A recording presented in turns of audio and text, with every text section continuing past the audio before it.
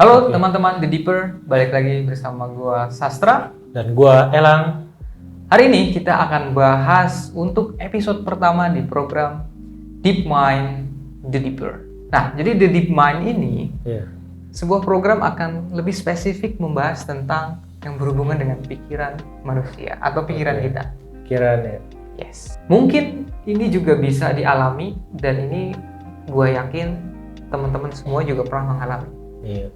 Oke, apa itu? Apa tuh? Pernah nggak lo sendiri nih, misalkan ketika lo mempunyai perasaan yang muncul itu kan dipengaruhi oleh pikiran lo kan sebelumnya. Iya. Lo tuh ngerasa, contohlah di pagi hari nih, merasa bahwa males. Nah, dari rasa males ini akhirnya apa? Membuat tubuh lemas, membuat tubuh lemas. Padahal hari itu lu harus kerja, misalkan. Ini boleh beberapa tahun yang lalu ya. Nah, terus pas lu coba berusaha untuk kerja, karena tadi ketika lu bangun pagi lu udah ngerasa males, capek gitu ya, pengennya sih gua mau terus aja tidur gitu. Kayak misalkan mau istirahat panjang, tapi gua harus hari ini malah harus ke kantor misalkan. Contoh yang lagi kerja gitu. Pernah nggak ngalamin gitu, tapi ujung-ujungnya nih pas ngalamin di hari itu ternyata sepanjang hari tuh kayak loyo gitu. Bahkan malah menemukan hal-hal yang kayak macetnya lebih parah lah, ada orang yang ngeselin lah, ketemu hal negatif jadi. Pernah nggak? Nah, menarik tuh.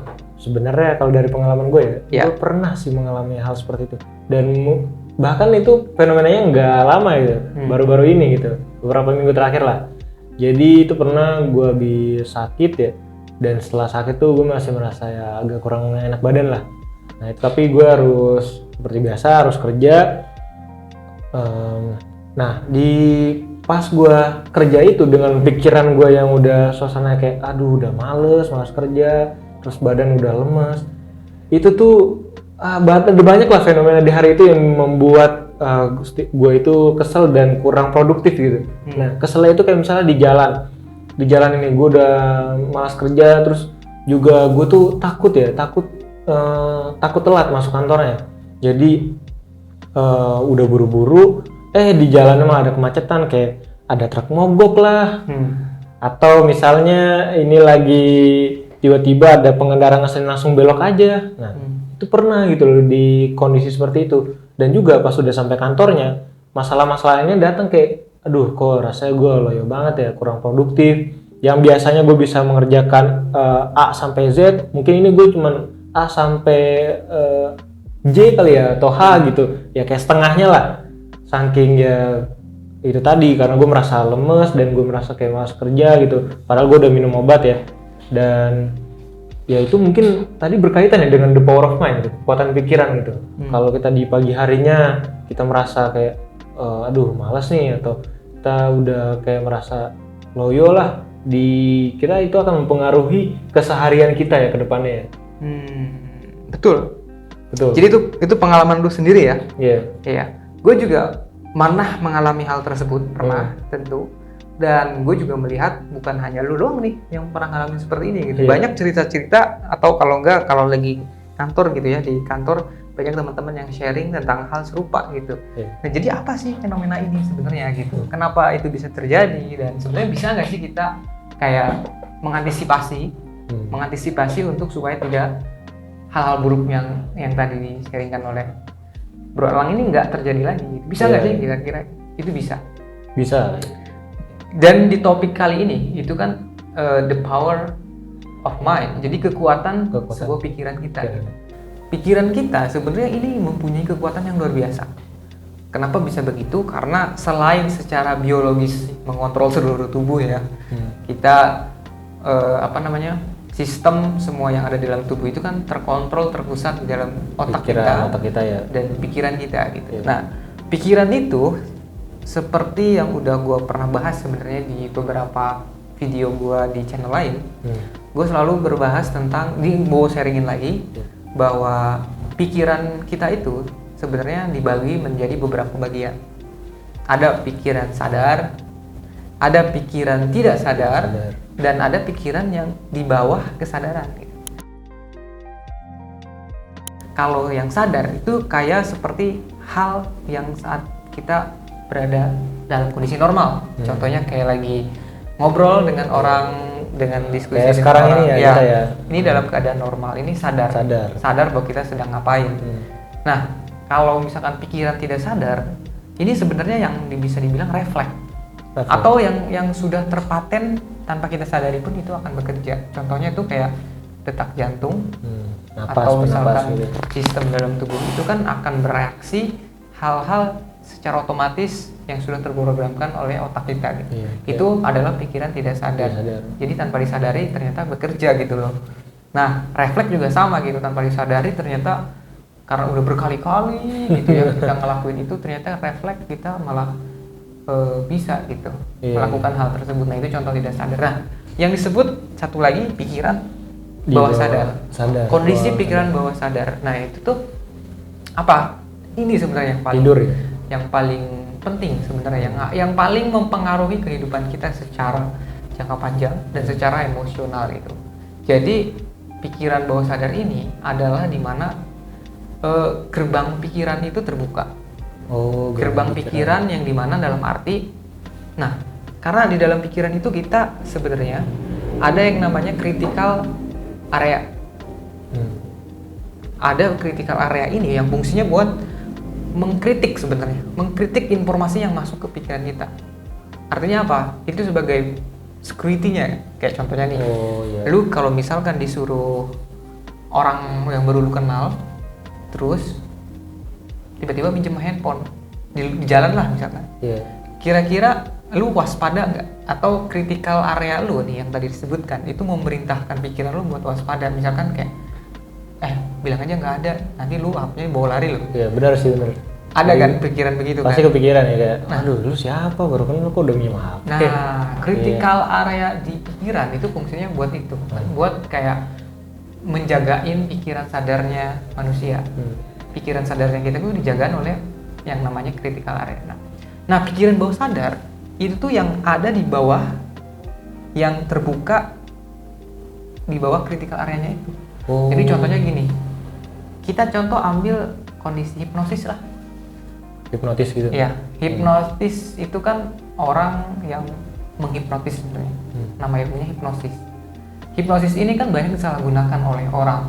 Ada untuk kejahatan, kayak itu sekali lagi buat teman-teman, itu bukan ilmu sihir, itu bukan ilmu yang berhubungan dengan apa tuh namanya, katanya ilmu goib ya, yang katanya ilmu hitam adalah itulah. Itu bukan. Ilmu hipnosis adalah ilmu natural yang dimana setiap orang juga mengalami proses secara tidak langsung gitu. Nah, hipnosis adalah penurunan kondisi gelombang otak untuk membipas atau menonaktifkan critical area-nya tadi.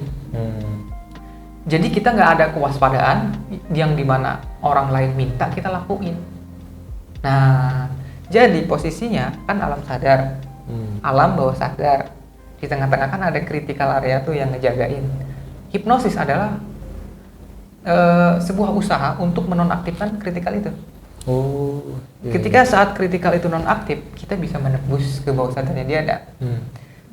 Karena dia udah nggak kritis, nggak punya mengkritik apapun, nggak bisa mengkritik juga, akhirnya dia bisa diperintah apapun. Praktisi 1 orang 2 orang saja, ada juga apa tuh ya yang di acara Trans 7 yang di hipnotis, ada juga uya-kuya. Cuman bedanya kalau di entertainment ada yang settingan, ada yang beneran. Nah, itu bedanya.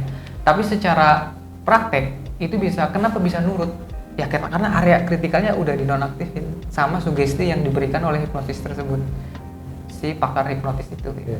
Tapi sebelum kita lanjut nih ya, jadi menurut lo ini emang beneran ada gitu ya fenomena hipnosis gitu?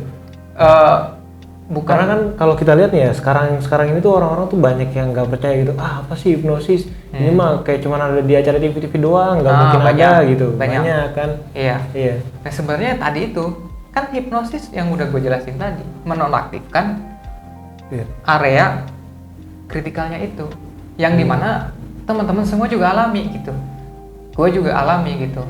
Lu juga secara tidak sadar pernah dipengaruhi oleh orang dan lu nurut gitu. Oh. Ketika orang itu ngomong ke lu dan lu coba untuk tidak bisa menolak, berarti lu nurutin apa kata dia. Iya. Itulah hipnosis. Tapi maksudnya kenapa bisa kayak gitu? Mekanismenya gitu. Sugesti. Sugesti. Nah, kata-kata yang dikeluarkan oleh orang yang menghipnotis itu tuh mengandung perintah, mengandung secara tidak terselubung tuh kayak mempengaruhi. Kayak misalkan contoh, lu kebayang nggak sih misalkan kalau misalkan lu lagi ada di luar atau misalkan di tempat yang enak, itu kan indah banget ya gitu. Nah, kata-kata tersebut itu tuh sedang membawa suasana lu ke hal yang indah. Nah, ada lagi nih proses kenapa bisa nonaktif tuh si gerbang kritikalnya tuh. Karena biasanya ketika orang sedang rileks, santai, itu perlahan itu otomatis mati tuh critical area. Dan otomatis kondisi dari yang tadinya normal atau istilahnya tadi kondisi sadar itu perlahan akan masuk ke bawah sadar. Nah, kondisi bawah sadar ini yang dimana bisa dipengaruhi oleh siapapun, oleh apapun. Karena tadi sama si orang yang hipnotis ini udah dibilang, lu bayangin ini enak, udah santai itu. Gelombang otaknya udah mulai turun, udah turun ke kondisi dari sadar ke bawah sadar, perlahan. Nah, ketika saat udah nyampe ke sini, jadi ketika saat ini dong, transfer dong ke gua nih nomor rekeningnya, itu bisa terjadi gitu, atau enggak kayak sini handphonenya gitu. Kenapa orang yang di luar sana tiba-tiba HP-nya dikasih gitu, entah itu modusnya awalnya dikecoh, dipinjem atau apa, karena dia kritikalnya lagi nonaktif, karena dia lagi santai, karena lagi asik nih, lagi asik, lagi ngobrol sama dia. Kalau pas orangnya udah hilang, udah nggak ada, tiba-tiba dia baru sadar dong, karena kondisinya dari nyantai akhirnya kritikal areanya aware lagi, aktif lagi. Wih, HP tadi gua ngapain? Tadi ngapain? Nah, baru sadar. Itu kembali lagi kondisinya ke sadar. Ke kesadaran yang biasa kita saat alami sekarang gitu. Kalau lagi nyantai. Nah, jadi sekarang lu bisa aja gue hipnotis secara terselubung gitu. Banyak caranya untuk menonaktifkan area kritikal ini gitu. Kebetulan gue juga seorang praktisi hipnoterapi. Jadi gue sertifikasi untuk hipnoterapi ya. Dan itu kan basicnya juga gue belajar hipnotis, dan gue coba untuk praktekkan ke entertain juga.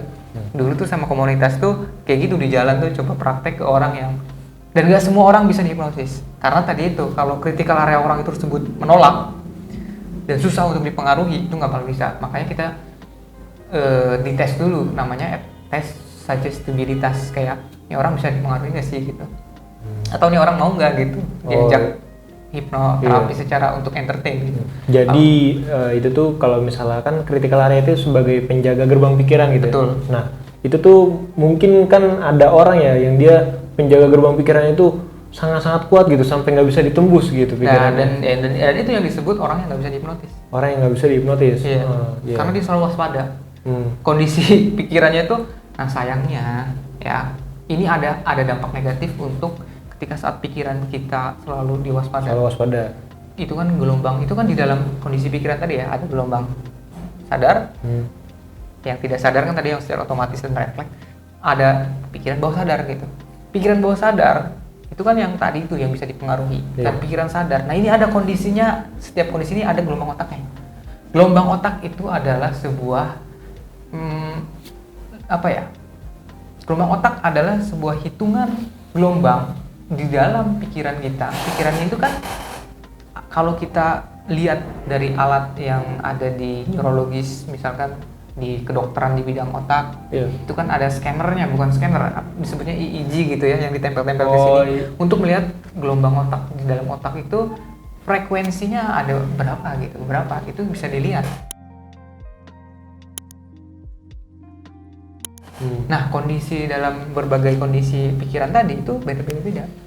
Yang kita kenal nih dalam dunia the power of mind atau kekuatan pikiran itu ada yang namanya gamma, gelombang otak gamma, ada gelombang otak beta, theta, alpha dulu ya, alpha, theta sama delta. Ada berapa? 5. Nah, pernah dengar nggak? Kalau gue ya taunya itu gelombang-gelombang alfa beta gitu ya kayak dari fisika gitu. Iya, itu sebenarnya kan bahasanya kan dari Yunani ya. Jadi kayak ya sama-sama diambil dari ya, karena fisika kan pelajaran frekuensi gelombang. Iya. Nah, di dalam otak manusia itu ada frekuensi yang dipancarkan, ada gelombang yang terjadi ketika saat kondisi tertentu. Contohlah bilang kondisi sadar. Kondisi sadar ini gelombang apa pertanyaannya kan? Itu Alpha. ada di gelombang beta. Oh, beta. Beta. Oh, Beta sadar itu adalah sadar normal. Ingat, beta itu kondisi normal. beta. Kalau gamma itu di atasnya beta, otomatis apa? Kewaspadaan tinggi. Kewaspadaan tertinggi gitu ya. Gamma. Makanya gamma ini frekuensinya nih, kalau dilihat dari gambar itu semakin banyak, semakin tinggi. Iya. Makanya listrik yang dihasilkan pancaran frekuensi dalam otak itu semakin tinggi. Nah, ini yang akan mengganggu ke biologis otak dan ke tubuh kita. Terlalu pikir keras, pusing. Iya. Bisa pusing, terus bisa loyo juga ke badan kalau kita terlalu lama di kondisi gamma tadi gitu. Waspada aja terus, coba aja lu, coba setiap hari dari mulai bangun pagi sampai akhir waspada terus. Capek nggak? Sakit nggak? Capek sih, pasti ujungnya capek. Itu contoh konkretnya gitu dalam kehidupan sehari-hari. Nah, ketika saat di dalam kondisi normal, beta itu normal. Tapi di mana kalau beta aja sepanjang hari kan capek juga. Kita butuh yang namanya relax kan, nyantuy kayak di handphone lah apa sambil main handphone nyantai, atau misalkan rebahan tapi nggak tidur. Nah, itu namanya kondisi di bawahnya beta, namanya alpha itu kondisi gelombangnya di bawahnya beta, artinya lagi relax. Oh iya. Santai, relax. Sebentar deh. Jadi kalau misalnya di dalam ya ilmu hipnoterapi ini ya, itu alpha itu dia kondisi relax ya. Alpha itu kondisi relax, santai. Oh, santai. Iya kan, kalau misalnya teman-teman mungkin pernah dengar ya kayak ada istilah alpha male gitu ya kan. Itu kan sebuah istilah yang menggambarkan kalau dia itu laki-laki yang macho gitu loh. Jadi kayaknya definisinya itu secara sebutannya ya, alpha itu berbeda gitu. Alpha male adalah orang yang paling kuat, paling kekar. Tapi kalau misalnya dominan ya. Tapi kalau misalnya di ilmu hipnoterapi, alpha itu yang paling relax gitu ya. Iya. Ya, itu peribahasa yang berbeda sebenarnya. Tapi kalau di sini adalah penamaan suatu gelombang. Suatu gelombang frekuensi di dalam otak manusia. Gitu. Gelombang alfa sebenarnya terjadi ketika juga saat kita lagi nongkrong di WC. Iya.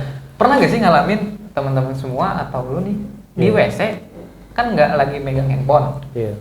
Misalkan kebanyakan sih megang handphone ya, sambil scroll apa gitu. Aduh. Tapi kalau lagi nggak pegang, kadang kan otak kita dipaksa buat jadinya mikirin ngelamun ya. Iya. Nah, kok banyak muncul ide-ide tiba-tiba gitu. Nah, itu banyak nggak pernah ngalamin? Masih pernah? Kayaknya gue pernah deh, soalnya gue juga sering gitu. Nah. Kalau misalnya di toilet lagi nyantai nih, maksudnya nggak pegang HP ya, kok tiba-tiba kayak kepikiran sesuatu gitu, ide-ide menarik yang muncul, kayak misalnya ide buat bisnis lah atau apalah gitu kan. Dan itu bagus idenya gitu kan. Idenya tuh bagus. Makanya kayak apa sih dulu yang tokoh sejarah yang terkenal itu, kalau nggak salah Aristoteles ya, dia menemukan sesuatu di kamar mandi itu dia bilang eureka gitu. Nah, itu kan kondisi di mana lu tuh sebenarnya dalam kondisi alpha. Yeah. Kondisi alpha yang di mana lagi kondisi relax. Relax dalam arti gelombang otaknya mulai tenang. Yang tadinya gamma kan terus beta kan ya lumayan banyak lah, beta kan normal. Tapi kan capek kan, kayak kita harus fokus kerja biasa gini, itu kan capek di beta. Ketika lagi relax, ya kan nongkrong nggak ngapa-ngapain, cuman istilahnya mengeluarkan ini boker istilahnya. Itu kan kayak semakin turun semakin tenang gitu. Apalagi kalau ada air nih, keran yang menetes, itu kan konsisten dan kecil suaranya, itu tuh akan mengiringi otak sebenarnya, gelombangnya akan semakin menurun. Makanya ada disebutnya brainwave, itu kan gelombang otak. Brainwave gelombang otak ya. Ada yang namanya music, brainwave music gitu. Brainwave music itu adalah musik untuk mengantarkan gelombang otak menuju ke kondisi yang nyaman dan relax gitu. Yang tadinya lagi tegang sama musik tuh jadi, nah itu frekuensinya sudah diatur sedemikian rupa supaya presisi dengan kebutuhan atau gelombang yang ada di otak untuk menuju ke salah satu gelombang tertentu, atau di alfa kah, atau di theta kah, atau bahkan delta. Nah, musik itu biasa digunakan untuk sebagai orang-orang yang sulit tidur. Delta. Nah, nanti sebelum ke delta kita akan coba urutkan lagi dari awal. Gamma kondisi yang sangat bagus, waspada. Tadi setelah itu apa, beta. Kondisi normal yang biasanya sangat umum terjadi di kita semua sehari-hari. Alpha ketika saat kita santai dan rileks. Iya. Intinya santai itu kunci utamanya. Santai ini akan lebih sedikit kreatif otaknya. Makanya tadi ide muncul di saat kita santai di WC, toilet. Gue punya pertanyaan nih. Kenapa idenya muncul pas kita santai? Kenapa nggak pada saat kita fokus yang sangat tinggi atau pada saat kondisi normal gitu? Kan harusnya kalau kita fokus tuh kan kita mikirin, ini kenapa ya? Kita harus fokus gitu. Dan ini menarik ketika saat kita misalkan di kelas atau mungkin di sebuah lembaga atau perusahaan mungkin. Kita dituntut untuk untuk fokus. Bukan. Apa namanya? Dituntut untuk ngasih ide. Ngasih ide. Oh iya, ngasih ide. Coba masing-masing berikan ide yang kreatif untuk acara ini misalkan. Kita kan dipaksa di situ dan kita kondisinya lagi beta, lagi fokus, lagi konsentrasi. Semakin kita konsentrasi fokus apa ya idenya susah. Nggak kepikiran. Susah banget. Tapi ada di mana orang ketika lagi begitu dia tenang, dia narik nafas. Kan salah satu buat menuju ke gelombang alfa itu dengan tarik nafas dan buang nafas itu untuk supaya mengkondisikan tenang sebenarnya. Muncul ide. Nah, ketika saat tenang, muncullah ide kreatif. Nah, kenapa bisa begitu? Nah, ini balik lagi di dalam sebuah otak manusia itu dibagi menjadi dua belahan sebenarnya. Ada belahan yang sebelah kiri itu yang lebih ke logik. Yang hitung-hitungan, yang logis gitu. Nah, yang sebelah kanan ini yang kreatif gitu, creativity dan emosi. Misalkan senang, sedih, takut, gelisah. Pokoknya semua emosi manusia itu tersimpan di dalam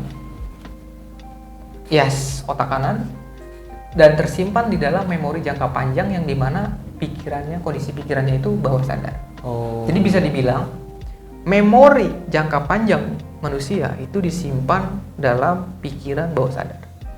Bawah sadar ini dimana adalah sebuah kayak hard disk atau SSD-nya otak kita yang dimana jutaan informasi tersimpan. Untuk bisa mengaksesnya ke sini itu harus dengan keadaan kondisi gelombang yang tenang. Bedanya begitu. Ini menurut riset. Ini menurut para ilmuwan mengatakan demikian bahwa dan sudah dicek juga gitu melalui tadi alat tadi ya. Kondisi gelombang otak yang tadi lebih mulai tenang, tidak tinggi, itu bisa mengakses ke master bank otak kita informasi dalam gitu ya. Nah, kenapa tadi pertanyaan Bro Elang ini bilang, kenapa harus dalam keadaan rileks kita baru bisa muncul ide kreatif? Karena kita berhasil memasuki kondisi kondisi pikiran bawah sadar. Ibaratnya kita bisa masuk ke sebuah locker database. Gitu ya, locker database gitu. Yang dimana itu yang selama ini kita kumpulkan data gitu, dari berbagai informasi yang kita terima melalui semua panca indera kita gitu, baik itu mata, telinga maupun perasaan, yang tersimpan semuanya di database itu gitu. Itu kenapa kondisi alfa ini sangat dianjurkan dalam saat kita kondisi misalkan belajar di kelas, atau misalkan teman-teman semua nih lagi nonton video ini, kalau dalam kondisi alfa itu akan lebih masuk dan tersimpan secara jangka panjang di dalam pikiran teman-teman semua. Karena kalau misalkan dalam kondisi normal di beta nih, atau enggak lebih parahnya di gamma lagi waspada gitu, misalkan lagi kayak waspada nih takut ada orang misalkan lagi berdiri di kereta gitu. Kereta takut kelewat kan stasiunnya misalkan. Kan takut fokusnya dipecah antara nonton ke sini sama fokus ke dengerin informasi gerbong mana nih selanjutnya gitu kan. Jadinya akhirnya nggak masuk sama sekali yang ditonton gitu. Nah ini contoh kenapa harus dalam kondisi alfa. Ini bisa dimanfaatkan dalam kondisi tertentu. Berarti juga mungkin berkaitan dengan kita itu nggak boleh terlalu banyak multitasking kali ya, karena itu masuk ke gamma. Betul. Fokus terlalu tinggi jadi multitasking. Tapi ada nggak sih orang yang sepanjang hari itu dia selalu alfa? Ada dong, pasti ada. Contoh pemuka agama. Kebanyakan ya gitu. Contohnya misalkan pemuka agama kan setiap hari kan dia berdoa. Sebenarnya kondisi saat kita berdoa, kita tidak menyebutkan salah satu agama apapun ya. Ini semua agama kan ada di mana saat kita berdoa terhadap masing-masing kepercayaannya, itu fokus dia. Fokus dan mencoba untuk, nah secara biologisnya kita bahas nih.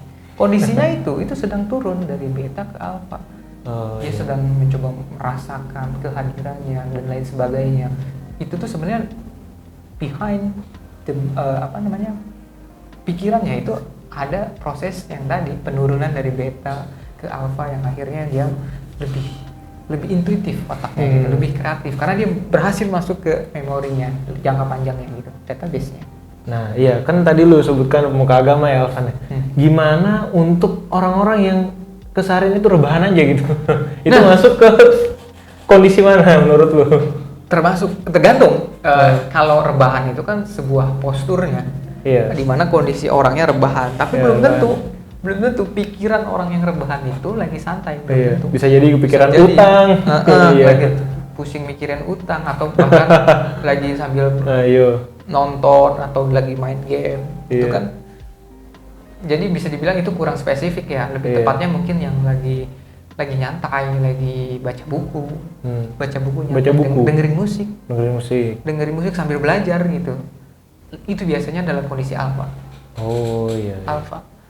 Kalau dia meskipun sendiri dengan musik tapi dia lagi main game, itu ada di situ fokus yang dipusatkan ke dalam game tersebut. Nah itu nggak masuk ke alfa biasanya, dia ke beta di kondisi fokus. Nah banyak juga praktisi meditasi. Meditasi itu kan bahkan lebih ke cabang bisa dibilang apa ya, cabang olahraga juga, bukan olahraga sih, kesehatan secara jasmani, kayak apa ya, kesehatan spiritual, yoga sorry. Yoga. Maksud gua yoga itu kan ada di mana kelas meditasinya gitu. Yoga juga dimaksudkan juga mereka harus mindfulness gitu, harus benar-benar dirasakan setiap gerakannya gitu. Nah itu adalah metode yang dimana menggunakan gelombang alfa itu untuk supaya fokus, supaya untuk bisa mengakses database kita, apapun yang kita inginkan, yang kita programkan itu bisa diterima oleh semua sistem yang ada di dalam tubuh kita gitu. Itulah yoga itu. Kenapa yoga efektif buat kesehatan, meskipun gerakannya santai begitu tapi efektif karena otaknya merespon dengan baik gitu. Karena kita kondisinya secara gelombang bawah sadar memerintahkan otak kita untuk misalkan darahnya mengalir secara normal gitu, nadi-nadi yang ada dalam otot-otot menjadi tenang, lentur dan baik. Itu salah satu contoh pengaplikasian di yoga. Ada meditasi yang dimana komunitas untuk meditasi juga sama. Dari gamma kita mencoba untuk mempusatkan pikiran kita menuju ke alfa dan theta sebenarnya. Ada lagi lebih dalam lagi di dalam gelombang otak itu, di bawah alfa itu ada theta. Cuman theta ini adalah kondisi di mana 50-50 antara tidur dan tidak. Nah, tidur, mimpi lah. Ketika saat kita mimpi nih, sebenarnya itu dalam kondisi theta. Oke, sorry banget tadi kameranya baterainya habis, baru ganti. Jadi kita lanjut tadi ya. Pokoknya hati-hati ketika saat kita bangun tidur karena itu kondisi transisi dari keadaan kondisi gelombang otaknya di delta ke theta, kemudian kita biasanya itu lagi di alfa. Ketika kita dalam kondisi gerbang pikiran kita terbuka, database kita lagi terbuka, apapun yang kita pikirkan itu akan masuk, tertanam dan akhirnya berimbas ke nantinya sepanjang hari kita. Contohnya yang tadi, ketika saat kita bangun tidur jadi gua malas banget nih gini-gini, tertanam tuh sugestinya, gua males. Dan ingat, hal tersebut adalah hal negatif apa positif? Negatif lah. Negatif. Jadi kalau misalnya kita udah tertanam nih dari awal nih malas nih, itu seharinya jadi malas terus gitu. Yes. Kalau mau produktif tuh nggak bisa bro. Tadi itu pengkondisian gelombang otak. Makanya teman-teman, gua ajak semua, yuk kita belajar tentang pengkondisian pikiran. Kalau misalkan udah aware nih sekarang, kan kita kadang lupa ya bangun tidur refleks gitu, kalau malah males capek gini. Ketika saat sadar itu langsung kita kondisikan lagi pikirannya, jangan langsung ke beta langsung ngejalanin hari-hari ya bakal gitu. Ketika lu pengen mengakhiri kondisi tersebut, lu perlahan coba sejenak, mungkin ngumpet dulu deh ke toilet atau ke mana kalau misalkan ngerjakan orang ya, ke sebuah ruangan. Lu kondisikan kayak meditasi atau kayak lagi memusatkan pikiran ke kondisi gelombang lebih rendah. Dari beta nih, turun lagi ke alpha, kalau bisa ya ke theta gitu, fokus. Lu di situ program semangat gitu. Gue hari ini semangat gitu, hari ini gue yakin, yang positif energinya. Itu adalah afirmasi yang dimana banyak orang terapkan. Self hipnosis juga disebut, menghipnosis diri sendiri dengan sugesti yang kita afirmasikan sendiri. Sugesti kita tanamkan ya.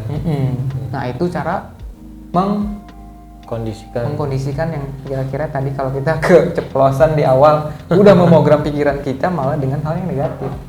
Ingat ya, nanti kita akan bahas juga nih the power of negatif dan positif. Jadi di dalam tubuh kita ini kan terdiri dari banyak elektron listrik ya. Gelombang otak itu kan terdiri dari listrik juga. Otak kita gitu. Lu tahu sendiri, listrik itu ada yang negatif dan ada listrik positif. Listrik itu negatif positif? Ada kutubnya istilahnya. Oh, kutubnya ya. Listrik aja ada kutubnya kan. Medan magnet terutama di dalam tubuh manusia itu kan ada listrik, ada medan magnet, ada energi lah bisa dibilang. Itu semua tuh adalah energi. Nah, kalau misalkan kita sehari-hari hanya mengucapkan energi negatif melulu gitu ya, kayak kekesalan atau misalkan ngomong sama orang dikit-dikit marah gitu, sensitif, itu kan hal-hal negatif. Sama aja kita sedang memogram pikiran kita untuk hal-hal negatif. Ini nanti akan ada bahasnya untuk mengenai law of attraction. Attraction. Kalau kita berpikiran negatif, yang datang negatif gitu. Iya. Sebenarnya bukan begitu, bukan seolah-olah datang sebenarnya. Kita tuh sedang menarik. Sebenarnya sedang menarik. Makanya namanya hukumnya hukum daya tarik menarik. Kayak kita negatif nih, ya udah kita tuh sedang menarik gitu. Menarik sebuah hal-hal yang negatif. Jadinya ya ke kitanya jadi negatif gitu. Auranya nanti juga ada bahas tentang aura kan. Auranya jadi negatif gitu. Iya. Jadi jelek, jadi murung, jadi kelihat kok orang yang negatif itu dilihat sama orang. Iya sih. Kayak jadi malas mungkin gitu. Teman-teman juga pernah lihat kayak misalnya kalau ada teman-teman yang mungkin habis dia berduka atau lagi ada masalah lah dalam hidupnya ya. Kita lihat mungkin jadi kita itu ada dalam pikiran kita tuh merasa kalau orang itu jangan dideketin dulu lah, dia lagi kondisinya lagi tidak baik gitu loh, nggak enak, karena kita udah bisa melihat sendiri gitu loh tanpa harus kita menanyakan kepada dia gitu. Nah itu salah satu fenomena yang dimana energi negatif dan positif dan aura dalam tubuh manusia itu ada nyata. Buktinya orang bisa mengidentifikasi hanya dari melihat gitu. Makanya yuk kita sama-sama di Deep Mind ini kita belajar lebih aware, kita lebih mau lah menyempatkan untuk melihat dan menonton, minimal menonton video ini ya. Kalaupun tidak baca buku, tidak baca artikel mengenai ini, minimal dengerin ini. Karena gue sendiri belajar tentang ini tuh sejak gue sekolah di bangku SMA, SMK. Waktu itu umur gue berarti di umur 19 tahun ya, gue lupa. Mungkin bahkan SMP itu gue udah aware mengenai biologi gitu-gitu, astronomi gitu-gitu tuh gue seneng gitu. Jadi kayak pas ke SMK gue ketemu ilmu hipnosis, lalu gue pelajari tentang neurologinya, neuroscience-nya, tentang psikologinya gitu. Dan itu sampai detik ini gue terus belajar ya. Bukunya gue banyak tentang itu di rumah. Setiap hari juga gue ngikutin video-video dari orang praktisi dari ini. Kayak contohnya ada Tony Robbins yang dimana kayak sebuah orang yang motivator, tapi dia kayak the power of mind itu, kayak mengajarkan bahwa kekuatan pikiran, mindset itu tuh kayak mempengaruhi hidup kita. Ada juga misalkan Joe Dispenza. Joe Dispenza ini salah satu aktif juga di YouTube. Dia sering banget diundang oleh berbagai podcaster. Joe Dispenza ini yang gue rekomenin. Dia menjelaskan secara lugas tentang the power of mind ini. Ya mungkin dalam bahasa Inggris, tapi ada juga yang udah ditranslate ke bahasa Indonesia oleh beberapa kreator. Jadi teman-teman ini selain belajar dari sini, saya rekomendasikan juga gitu untuk belajar di tempat lain supaya lebih pintar gitu. Tapi tentunya utamakan di sini dulu. Tapi ada lagi nih, selain orang-orang itu kan, kalau misalnya kita pernah lihat ya buku-bukunya yang sering banget tuh dipajang ya, Think and Grow Rich. Napoleon Hill. Nah, betul. Itu berarti dia termasuk orang-orang yang mengendorse kekuatan pikiran berarti ya. Betul. Think, Grow and Rich. Artinya grow rich itu kan itu sebuah sugesti sebenarnya. Iya. Sugesti yang dimana harus ditanamkan di dalam pikiran kita. Yaitu Napoleon Hill menerapkan the power of mind ini.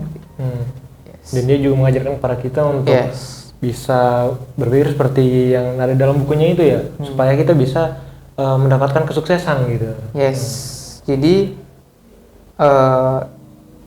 apa ya? Banyak soalnya orang yang terjerumus dalam kondisi keadaan yang dimana mereka, kebanyakan orang di sana, di luar sana, mungkin ada salah satu yang sedang nonton di sini, nggak tahu menahu nih tentang teori ini. Bukan hanya teori ya, hasil dari sebuah penelitian para ilmiah, para ilmuwan. Ini tuh sebenarnya yang terjadi di dalam kehidupan kita gitu. Sebuah proses yang dimana alami terjadi setiap individu manusia gitu. Kalau kita tidak tahu ini sangat menyayangkan, dan kita akan selamanya terjebak dalam kondisi yang sehari-hari itu gitu. Karena kita nggak bisa mengkondisikan. Jadinya kondisi kita lagi negatif ya kita negatif. Kan capek gitu.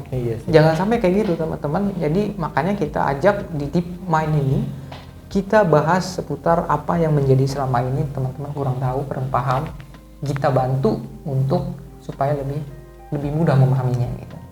Ya, gua belajar berarti kurang lebih kalau dari sejak SMA tuh berapa ya? Misalkan 2000. Ya kalau lebih 9 tahun lah. Gua hampir 10 tahun mempelajari.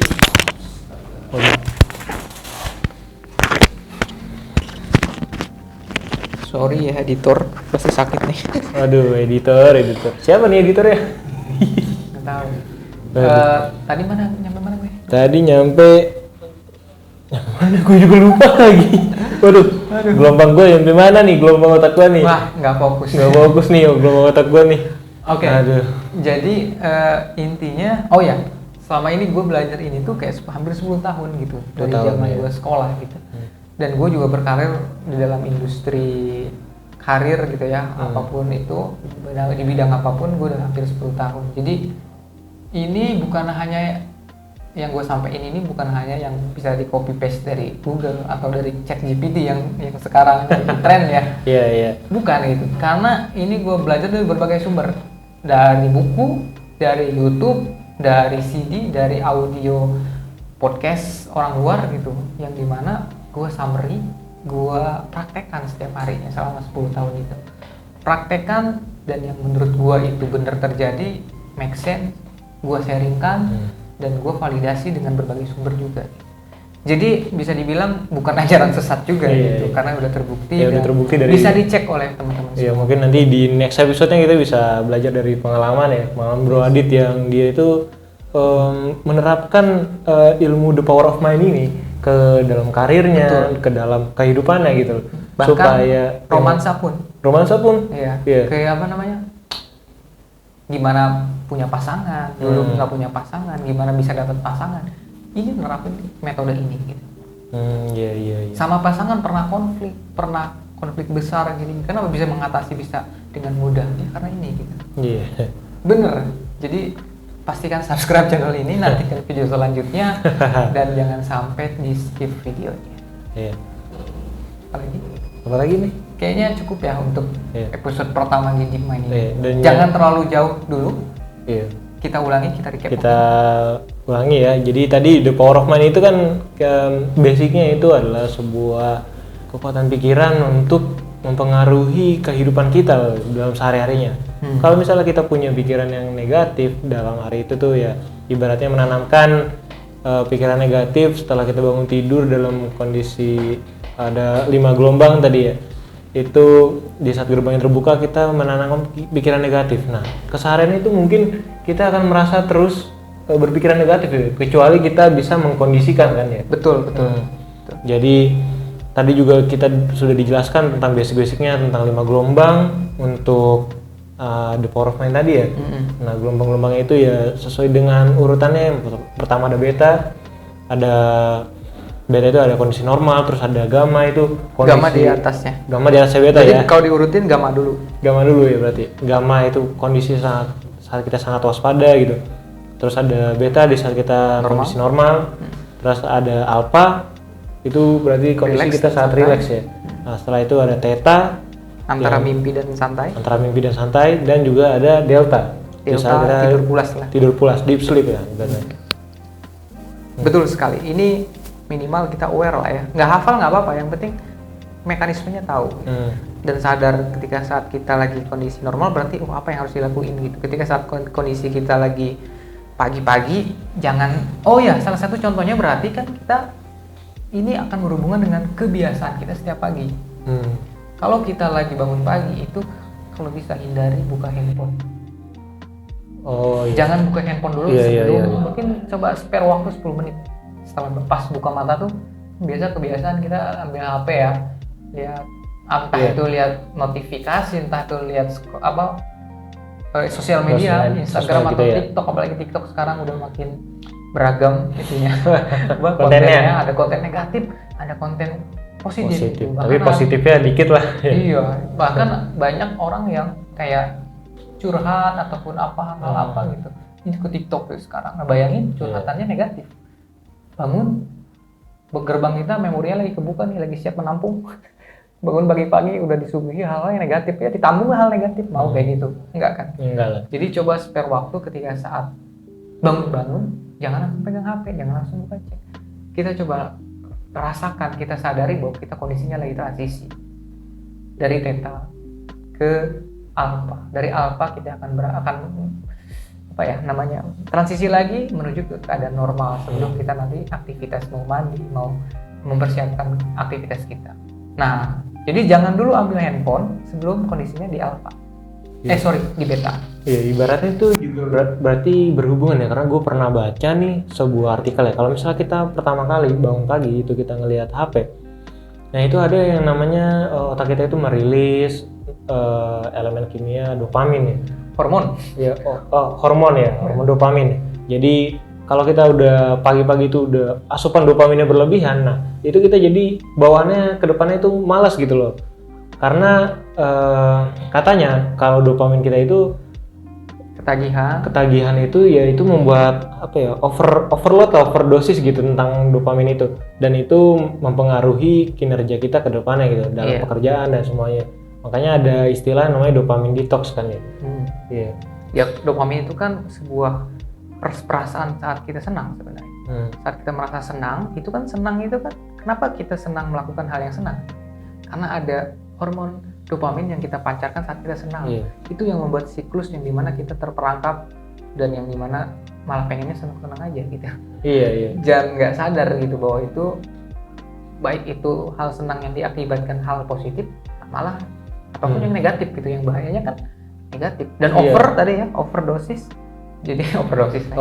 Yang kalau terlalu banyak mengkonsumsi hormonnya terlalu banyak ya nggak baik juga. Benar. Nah itulah, itu juga mempengaruhi dalam keadaan. So mulai sekarang yuk kita sadari kondisi kita setiap harinya dalam aktivitas, dalam apapun, dan pastikan ini kita Bro sharing dulu deh tentang gimana caranya tuh untuk memaksimalkan kehidupan kita gitu loh. Jadi kapan kita harus beta, kapan kita harus gamma, dan kapan kita harus alpha gitu. Oke, mengkondisikan berarti, pengkondisian. Nah, tadi kan salah satu cara untuk kita bisa mengakses ke kondisi yang tadi ya, alpha itu kan yang santai, beta itu kan normal. Nah, sebaiknya saat kita sedang bekerja, misalkan bisa dibilang lagi jualan di toko kita kan misalnya punya, atau kita bekerja di sebuah toko, atau kita yang punya toko lagi jual toko, atau di sisi lain orang yang kerja di kantor, diusahakan itu transisi bergantian antara alpha dan beta. Alpha dan beta. Kenapa jangan di alpha aja? Kenapa jangan di beta terus? Beta terus, kita akan selalu waspada, akan selalu fokus dan sulit mengakses akan sulit mengakses ke database kita atau pikiran bawah sadar kita. Nah, ketika saat sulit mengakses ke pikiran bawah sadar kita sulit mensugestikan atau apapun yang kita sulit menarik energi positif dari lingkungan. Nah, tapi baiknya itu adalah untuk kita memprotek supaya kita misalkan lagi kerja ataupun lagi bisnis tidak ditipu orang. Ada orang beli, kita fokus melayaninya tidak salah karena kita lagi fokus di kondisi beta normal. Itu fungsinya. Tapi ketika saat kita lagi misalkan lagi sepi nih, nggak ada orang, lagi apa, perlahan coba kondisi relax, kondisi santai. Jangan terlalu cemas, jangan terlalu fokus ke nonton drakor gitu. Karena di situ kita akan mencoba untuk kayak memproyeksikan pikiran kita kondisi baik, itu bahwa toko kita ramai, toko kita misalkan banyak pembelinya. Itu kan afirmasi yang hanya bisa diterima oleh keadaan kondisi bawah sadar. Berarti kalau kita recap tuh, jadi kalau misalnya toko kita lagi sepi nih, kita itu nggak boleh berpikiran negatif gitu ya. Yes. Kita harus berpikirannya masuk ke gelombang alfa gitu, tenang aja. Dan biasanya itu sebenarnya natural sebenarnya. Kadang itu kita tanpa sadari kita kalau lagi hektik gitu ya, banyak customer gimana ya, kita fokus banget bahkan ke gamma. Nah itu hati-hati tuh, kalau ke gamma itu terlalu kurang baik, kelamaan gitu. Cukup di beta itu otomatis gitu. Tapi ketika saat sepi, udah mulai sepi, yang ngelayanin hilang, kita udah mulai nyantai, dengerin musik, lagu. Nah itu saatnya sebenarnya untuk kita mengkondisikan positif. Misalkan apa? Ketika saat hitung gua ngecek gitu ya, ada berapa, wah apa kondisinya? Bahaya nih, jangan sampai astaga udah jam segini baru segini penghasilan gini. Itu adalah salah satu pikiran negatif, komplain, dan itu jangan disampaikan di saat lagi sepi, lagi kita nyantai, bergumamnya begitu. Tapi kita balik kayak, wah bersyukur banget nih udah dapat uang segini, pasti ini sebentar lagi juga bakal lebih banyak lah pokoknya hari ini. Nah itu kondisi itu yang bagus untuk kayak gitu, mengkondisikan hal yang positif. Oh iya, ibaratnya itu kalau misalnya kayak ada nih orang ya, dia pengen punya anak tuh kok kayaknya susah banget ya, dia selalu kepikiran nih, aduh kok nggak bisa punya anak ya, apa udah ke dokter udah ini gitu. Nah itu tuh mungkin dia berkaitan ya, kalau misalnya kita meminta sesuatu dengan kayak aduh dengan segala sesuatu yang negatif gitu, kita nggak akan pernah mendapatkannya gitu. Betul. Ya kan ya. Betul. Karena tadi itu hukum negatif dan positif gitu. Kalau kita yang nariknya dengan kondisi yang negatif, justru yang ditarik itu gitu. Yang dikhawatirkan itu yang sedang kita tarik gitu. Makanya jangan sering-sering berpikir negatif atau mengeluh, jangan terlalu sering. Jangan mengeluh ya. Jadi kalau toko kita sepi nih buka bisnis, ya udah jalanin aja, santai aja gitu kan. Jangan sambil kita dalam kondisi alfa tuh kita memikirkan tentang strategi bisnis mungkin ya. Nah itu lebih bagus lagi dan dengan penuh yakin gitu. Atau ada kondisi di mana teman-teman yang mungkin masih kuliah di kelas lagi atau lagi sekolah gitu. Nah kondisi beta itu tidak disarankan sebenarnya kalau di dalam kelas. Karena sulit masuk apa yang diajari oleh guru. Yang dianjurkan di dalam kelas itu dalam kondisi alfa sebenarnya, tenang ya, nggak perlu relax yang sampai ngantuk banget, nanti itu masuk ke kondisi theta, nggak perlu, nanti malah tidur dan nanti malah woi kamu tidur ngapain ya sama dosen atau pengajar ya. Kalau digituin kan langsung gamma ya. Iya langsung kaget gitu. Nah itu transisi yang tiba-tiba itu merusak susunan otak gitu. Sangat pusing nantinya. Makanya kita selalu pusing kan kalau kaget tiba-tiba. Dibangunin tiba-tiba. Jadi untuk menghindari itu kita cukup di kondisi alfa, artinya apa? Tenang, relax. Ketika tenang dan relax dan kita hanya fokus terhadap apa yang diajarkan, itu akan cepat terserap oleh gelombang pikiran bawah sadar gitu, dimana itu akan memory base kita ya, menyimpan informasi. Ketika ulangan nanti, mengaksesnya juga sama. Ketika saat ulangan, ketika saat kita menemukan pertanyaan yang sulit, kita kondisikan ke kondisi alfa. Kita mencoba mengingat, kita dengan tenang ya, bukan dengan kayak deg-degan.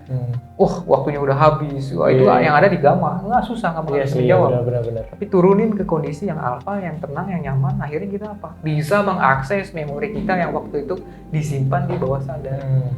Kalau misalkan waktu belajarnya nggak di kondisi alfa, di kondisi beta lagi bermain sama siapa lah, apa lagi gini-gini, kan nggak kesimpan tuh yang dipelajari. Ketika pas ujian udah tahu metode itu, masuk ke gelombang, nggak ada, udah dicari di informasinya karena nggak disimpan. Sama halnya di otak kita tuh seperti itu. Itu contoh pengaplikasian dalam kehidupan sehari-hari. Dan berarti kalau yang ke bawahnya lagi theta itu sebenarnya lebih tepatnya untuk mengafirmasi sebenarnya, lebih bagusnya kondisi pagi-pagi bangun tidur. Kondisikan dulu 10 menit sebelum bangun tidur tuh kita kondisi di theta dulu.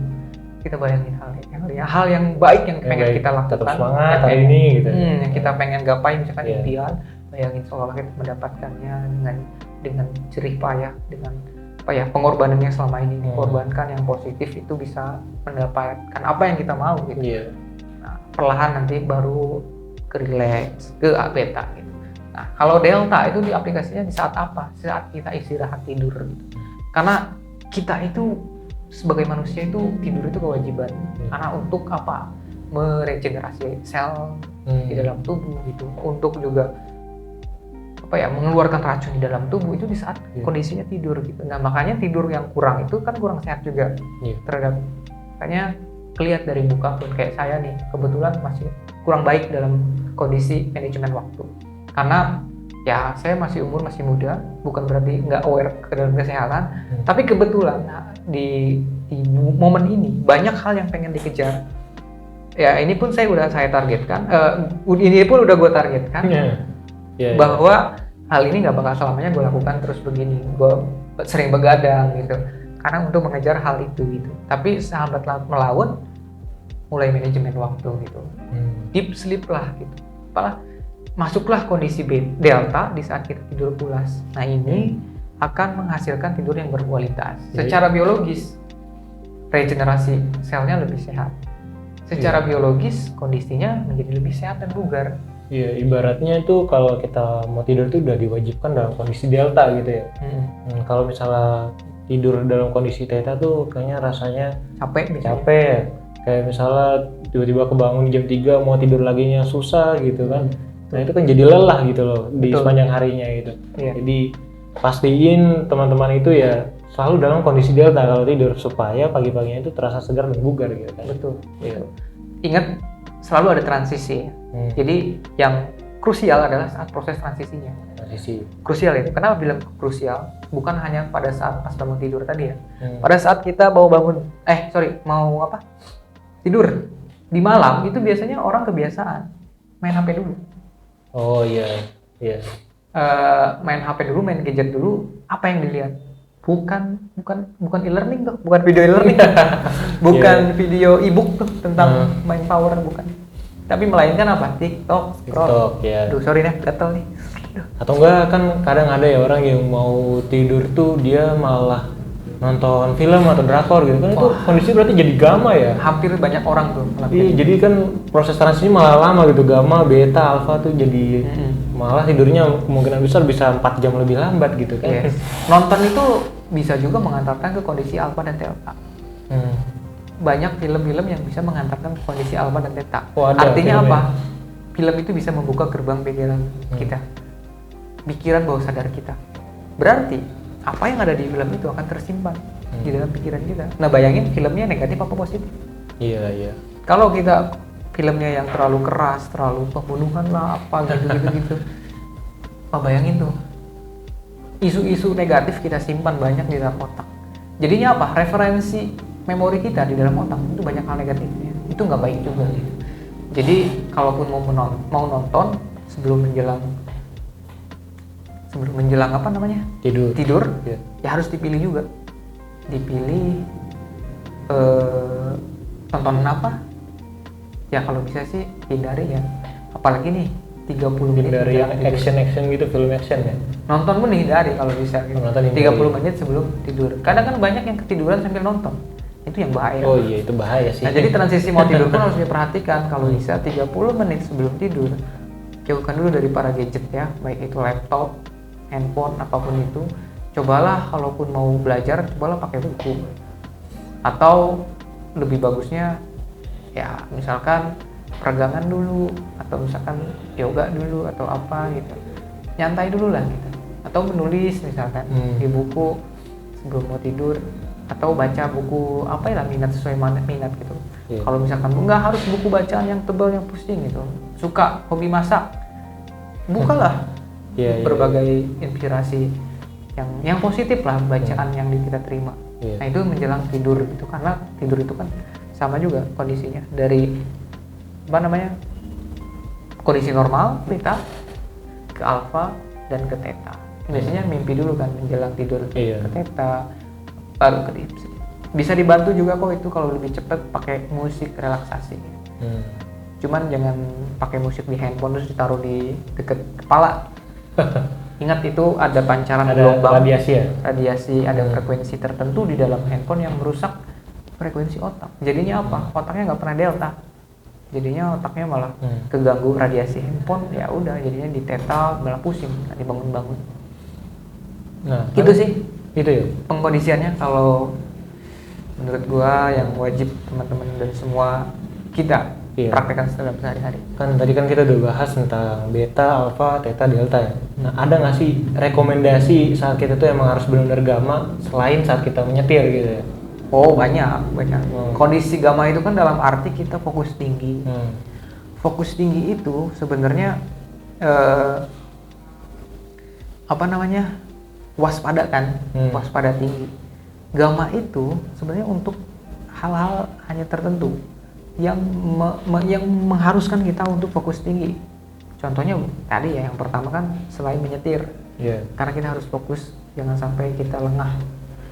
Adapun dalam kegiatan lain, contohnya kayak sebenarnya lagi jalan pun misalkan, lagi jalan misalkan di kondisi yang jalannya itu sepi. Oh iya, biar nggak kena jambret gitu Betul, ya. betul. Untuk apa? Memprotek diri kita dari hal-hal yang buruk gitu. Ketika saat gamma, pikiran kita tuh sensitif ke hal-hal yang berbahaya sebenarnya. Jadi di situ akan lebih peka aja gitu. Ya, jadi insting bertahan hidup kita tuh tinggi gitu ya kalau gamma. Tidak juga dipengaruhi, tidak juga mudah dipengaruhi kayak tadi. Ketika kita jalan di suatu tempat, kita terlena dan tiba-tiba ada orang yang ngajak ngobrol, kita nyambung sama dia, tiba-tiba hilang lah HP kita, jam kita, duit kita, dompet kita. Jangan sampai kayak gitu. Nah, itu biasanya kondisinya kan di alfa. Kondisi kayak gitu. Ketika alfa terus ke theta. Kebanyakan sih di alfa sampai alfa, theta itu udah auto diambil gitu ya. Jadi jangan sampai gitu. Oke. Itu sih. Itu ya. Oke, jadi ya itu ya teman-teman, tips untuk mengkondisikan supaya ya kekuatan pikiran kita itu selalu berada di gelombang yang tepat gitu loh, untuk masing-masing aktivitas di kehidupan kita ya. Betul. Ya. Oke. Dari gua Elang udah cukup. Sip. Dari gua juga ini lumayan panjang videonya untuk episode pertama ya. Memang ngomongin tentang DeepMind ini, kenapa gue bikin program khusus DeepMind? Karena pembahasannya sangat banyak. Karena ini sangat-sangat inilah terjadi di dalam kehidupan kita sehari-hari gitu. Jadi kita ngobrolnya enak gitu. Jadi bisa relate dan bisa dipraktekkan langsung.